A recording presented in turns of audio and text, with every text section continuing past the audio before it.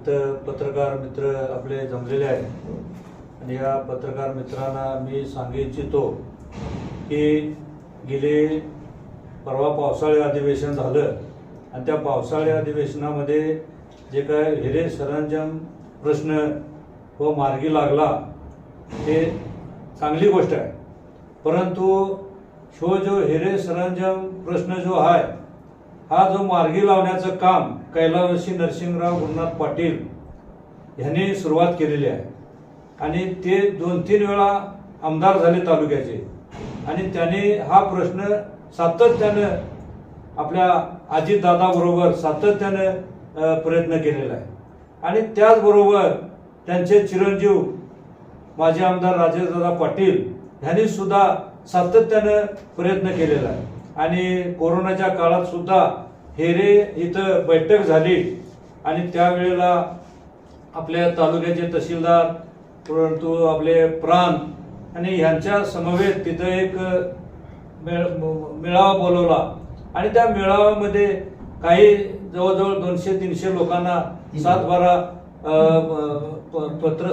पत्र वाटलेले आहे, लेटर दिलेले आहे आणि जे काय काल जे काय लोक आमचे इतर मित्र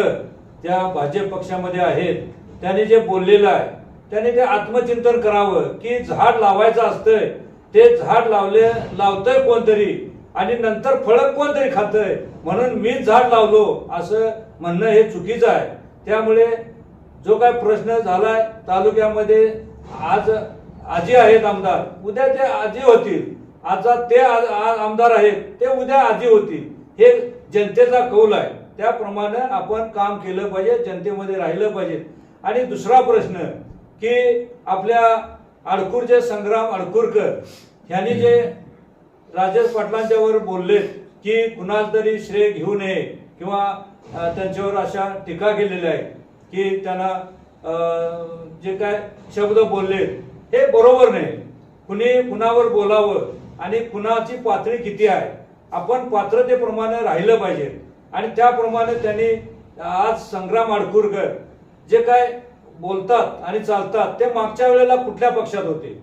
आणि ते आता कुठल्या पक्षात गेले, त्याच्या अगोदर कुठल्या पक्षात होते, संग्राम अडकूरकर यांनी तो विचार करावा। आणि जे काय तालुक्यामध्ये चाललेलं गढूळ वातावरण हे कुणीही सोशल मीडियावर आहेत आपले पत्रकार मित्र आहेत म्हणून कुणीही उठावं आणि कुणीही बोलावं हे बरोबर नव्हे। ज्यांनी आपली पायरी ओळखून थांबावं आणि जे काय आपले मित्र सचिन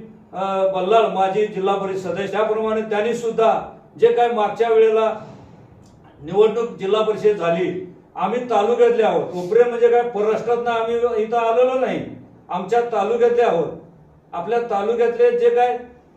मित्र आमचे आता काल निवडून आलेले आहेत ते काय कुठल्या वेगळ्या पक्षाचे नव्हते, ते सुद्धा पूर्वीपासून नरसिंहराव पक्षाचेच होते आणि आम्ही सुद्धा पूर्वीपासून काँग्रेसमध्येच होतो आणि काँग्रेसमधनं आता आम्ही राष्ट्रवादी अजितदादांच्या गटामध्ये गेलेलो आणि अजितदादा गट आणि इथलं नेतृत्व करणारे आपले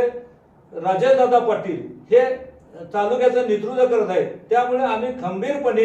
राष्ट्रवादीचेच म्हणून आहोत आणि राष्ट्रवादीचेच म्हणून राहणार आणि इथून पुढे तालुक्यामध्ये जो काही विकास करायचा असेल तो जिल्हा परिषदेच्या माध्यमातून आम्ही कानाकोपऱ्यात आम्ही जनतेपर्यंत देण्याचं काम करू एवढंच्या निमित्तानं सांगतो। बातमी तुमची, साथ आमची।